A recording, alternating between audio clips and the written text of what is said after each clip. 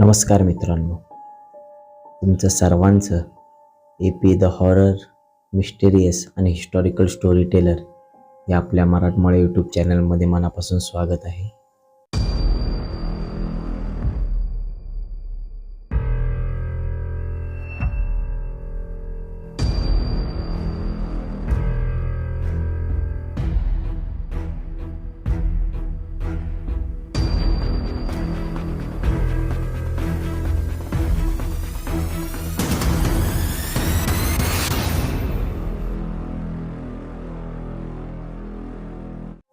तर मित्रांनो, आजची जी आपली स्टोरी आहे ती एका अशा गोष्टीवरती आधारित आहे की जी गोष्ट आमच्यासोबत कधी ना कधी आपल्या आयुष्यामध्ये घडलेली आहे.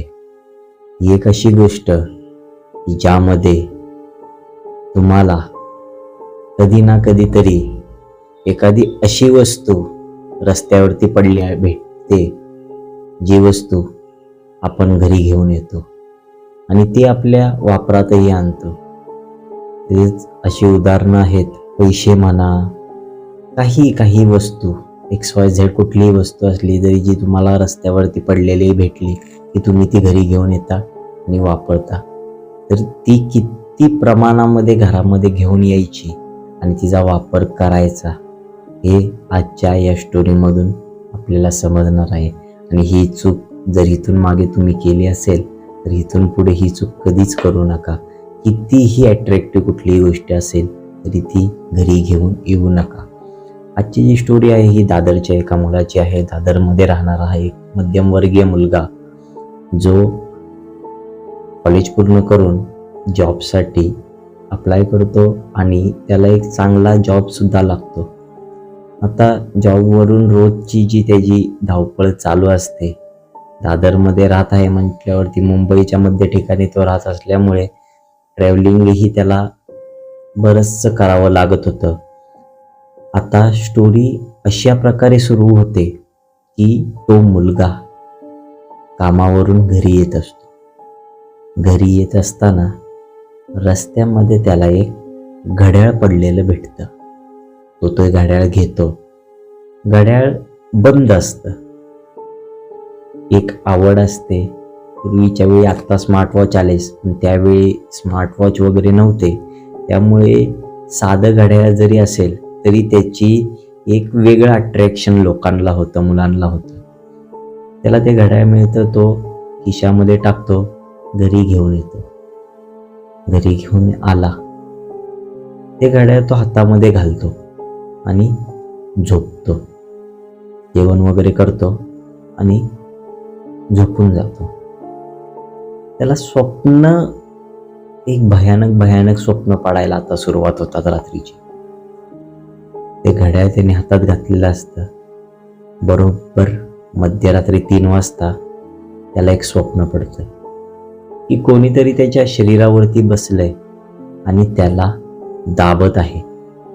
म्हणजे त्याचा गळा वगैरे दाबण्याचा प्रयत्न करतो. त्या छातीवरती असं प्रेशर आल्यासारखं त्याला होत होतं.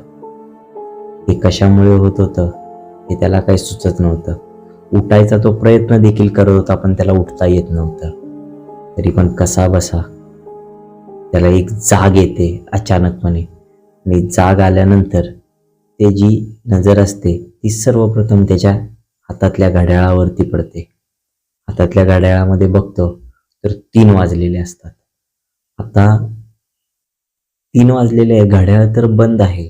म्हणजे ज्यावेळी त्याला ते घड्याळ भेटलं होतं तेव्हा ते बंद स्वरूपात होतं आणि त्या घड्याळामध्ये 8 वाजले होते. आणि आता त्याला रात्रीच्या 3 वाजता जाग आले आणि त्याची नजर हातात घातलेल्या घड्याळावरही पडते आणि घरामध्ये जे वॉलला घड्याळ आपण लावतो त्या घड्याळावर सुद्धा त्याची नजर पडते. वॉलवरती लावलेल्या घड्याळाकडे त्याची नजर जाते तर तिथेही 3 वाजलेले असतात आणि हातामध्ये जे घड्याळ आहे जे बंद आहे त्यातही 3 वाजलेले असतात. त्याला काही कळत नाही. तो तसाच घड्याळ काढतो, साईडला ठेवतो आणि झोपून जातो. सकाळी नॉर्मल. सकाळी उठून बघतो तर घड्याळात 3च वाजलेले असतात.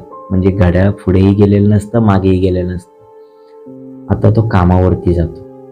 कामावरून शनिवार असल्यामुळे हाफ डे असतो, लवकर सुटतो कामावरून येताना घड्याळ बघतो तर घड्याळ हे बंद असतं.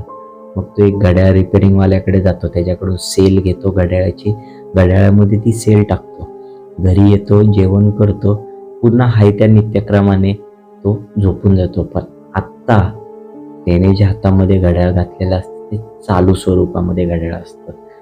आता ते चालू घड्याळ घालून तो हातामध्येच घालून झोपून जातो. आता परत त्याला असं स्वप्न पडतं की तो रस्त्याने चाललेला आहे, रस्त्याने चाललाय.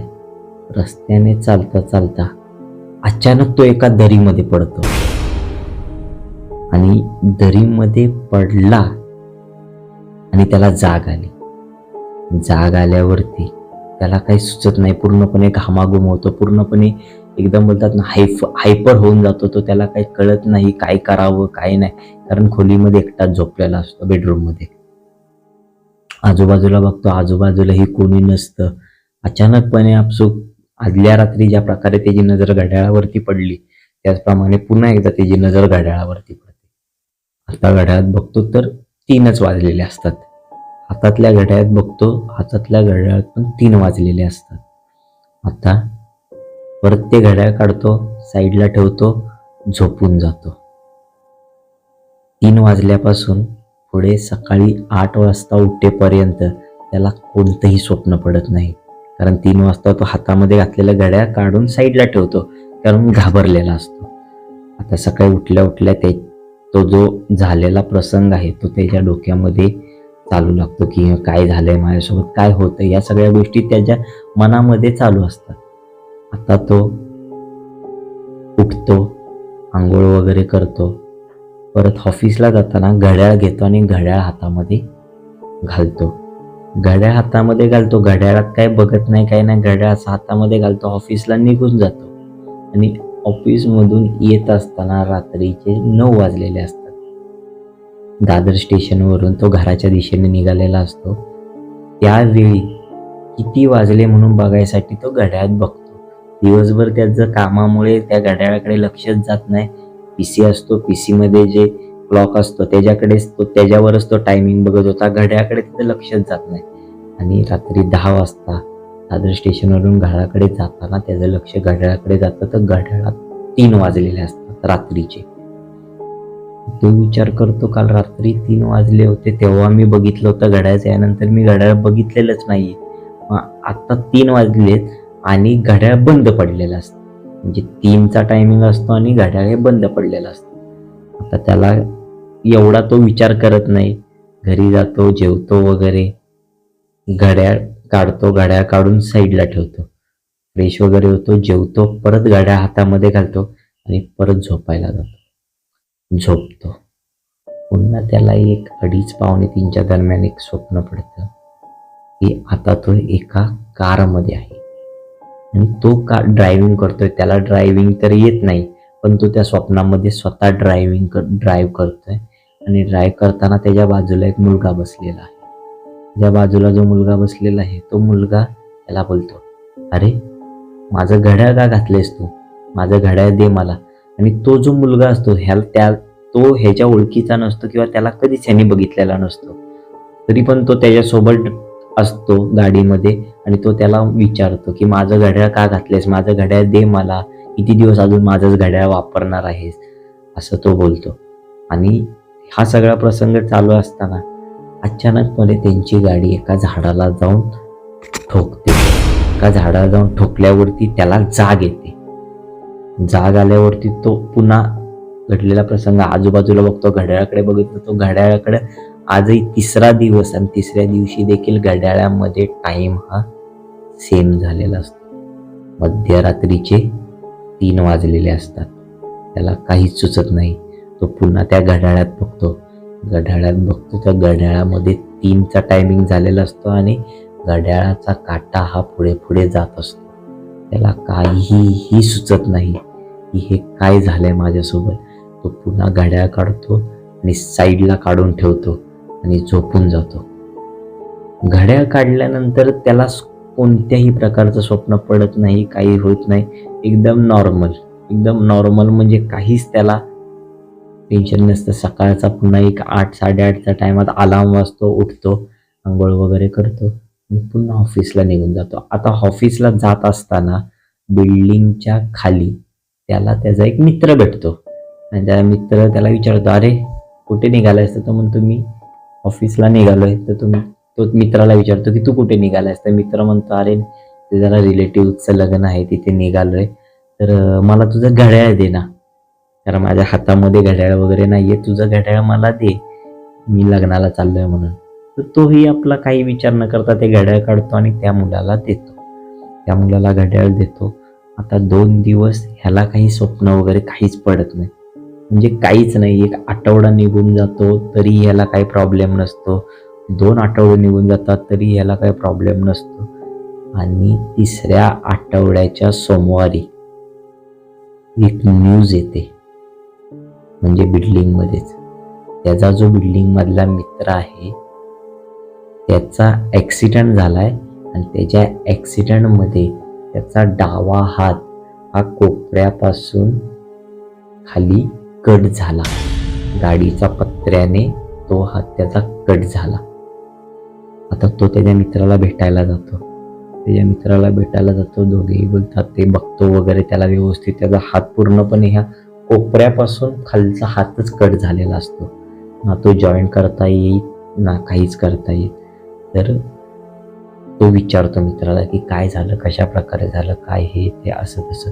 तेव्हा त्याचा मित्र त्याला एक इन्सिडेंट सांगतो की ज्या दिवसापासून तू मला तुझं घड्याळ दिलं आहेस घालायला, त्या दिवसापासून रात्रीचे 3 वाजता मला एक भयानक स्वप्न पडतं. रोज स्वप्न पडतंय, पण मी काही एवढा त्या स्वप्नाचा विचार केला नाही. एक मुलगा येतो कधी कधी स्वप्नामध्ये, तो बोलतो माझं घड्याळ मला दे परत, तू कशाला घातलेस माझं घड्याळ, असे तसे ह्या त्या गोष्टी ह्याच्यामध्ये चालू असतात डोक्यामध्ये, की हे सगळं चालू आहे. तो सांगतो त्याला की ह्या अशा गोष्टी माझ्यासोबत 1 आठवडा 2 आठवडा घडतायत, पण मी इग्नोर केल्या आणि मी तुलाही घड्याळ दिलं नाही, कारण मला हे घड्याळ आवडलं होतं म्हणून मी तुला घड्याळ दिलं नाही. आणि आज दुपारी ड्राईव्ह करताना, म्हणजे ही गोष्ट त्याच्या मित्राने कोणाला सांगितलेली नसते, तो फक्त ह्याला सांगतो की आज ड्राईव्ह करताना मला आरशामध्ये जो स्वप्नामध्ये मुलगा येतोय, जो माझ्याकडे त्याचं वॉच मागतोय, त्याचं घड्याळ माझ्याकडे मागतोय की माझं घड्याळ मला दे, तोच मुलगा मी एकटा ड्राईव्ह करत होतो बाईकवरती आणि बाईकच्या आरशामध्ये बघितलं तर तोच मुलगा माझ्या मागे बसला होता आणि तो मुलगा माझ्या कानामध्ये सांगतोय की माझं घड्याळ घालून तू गाडी चालवतोयस, तू माझं घड्याळ कधी मला देणार आहेस, माझं घड्याळ मला पहिलं दे, माझं घड्याळ मला पहिलं दे. आणि ह्या सगळ्या गोष्टीच्या, ह्या सगळ्या इन्सिडेंटमध्ये, म्हणजे त्याची नजर जी आरशावरती असते टिकून, की मागे तो बसलेला मुलगा काय बोलतोय त्याच्याकडे त्याचं लक्ष असतं, एवढ्यामध्ये त्याच्या गाडीचा ॲक्सिडेंट होतो. आणि त्याचा हात, ज्या हातामध्ये त्याने वॉच घातलेला आहे, तो हात त्याचा हिथून कोपऱ्यापासून खाली कट होतो. आणि सगळ्यात शॉकिंग गोष्ट अशी होती की त्याला, किंवा तिथे जे पोलीस वगैरे आले त्याला दवाखान्यामध्ये घेऊन गेले, त्या लोकांचं म्हणणं होतं की तुझा जो कट झालेला हात आहे तो आम्हाला भेटलाच नाही पूर्ण रोडवर. म्हणजे त्याचा ॲक्सिडेंट झाल्यानंतर तो हात त्याला त्या पूर्ण रोडवरती कुठेच भेटला नाही, ज्या हातामध्ये ते वॉच घातलेलं होतं. तर मित्रांनो, ही जी स्टोरी आहे ती आपल्याला दादरमधल्या अशोक नावाच्या मुलांनी शेअर केलेली आहे आणि त्याच्या मित्रासोबत हा घडलेला खरा इन्सिडेंट आहे. तर अशी कोणतीही गोष्ट तुम्हाला रस्त्यावरती पडलेली वगैरे भेटली, मी तरी घेतच नाही. मला जरी दिसली रस्त्याच्या मध्ये तरी मी उचलतो आणि साईडला ठेवतो, कारण ह्या सगळ्या गोष्टींवरती माझा थोडा थोडा विश्वास बसत चाललेला आहे. आधी नव्हता पण आता बसत चाललेला आहे. ह्या ज्या स्टोरीज काय लोक, काय मित्रमंडळी मला सांगत असतात ना, त्यामुळे ह्या सगळ्या गोष्टींवरती माझा आता पूर्णपणे विश्वास बसत चाललेला आहे. त्यामुळे तुम्हाला काहीही मिळालं, तुमच्या चांगल्यासाठी असू द्या किंवा तुमच्या वाईटाचा असू द्या, ती जी वस्तू तुमची नाही आहे ती वस्तू तुम्ही घेऊन येऊ नका किंवा त्या वस्तू तुम्ही स्वतःच्या यूजमध्ये आणू नका, कारण त्या गोष्टीचा त्रास हा तुम्हाला किंवा तुमच्या घरच्यांना किंवा मित्रमंडळींना होऊ शकतो. हाच संदेश फक्त अशोकचा या स्टोरीच्या माध्यमातून आपल्या सबस्क्रायबरला देण्याचा हेतू होता. त्यामुळे त्याने ही स्टोरी आपल्याला शेअर केली. तर मित्रांनो, तुम्ही ह्या सगळ्या गोष्टींपासून दूर राहा आणि जर चॅनलवरती नवीन असाल तर आपल्या चॅनलला लाईक, शेअर आणि सबस्क्राईब करायला विसरू नका आणि बेल आयकॉन दाबायला विसरू नका. कारण अशा स्टोरीज सर्वात प्रथम अशा स्टोऱ्यांची जी नोटिफिकेशन आहे ती तुम्हाला मिळावी यासाठी तुम्हाला सबस्क्राईबच्या बाजूला जे बेल आयकॉन आहे त्याच्यावरती क्लिक करून ऑलवरती क्लिक करणं सर्वात अत्यंत गरजेची गोष्ट आहे. तर चला मित्रांनो, धन्यवाद. भेटू पुढच्या स्टोरी.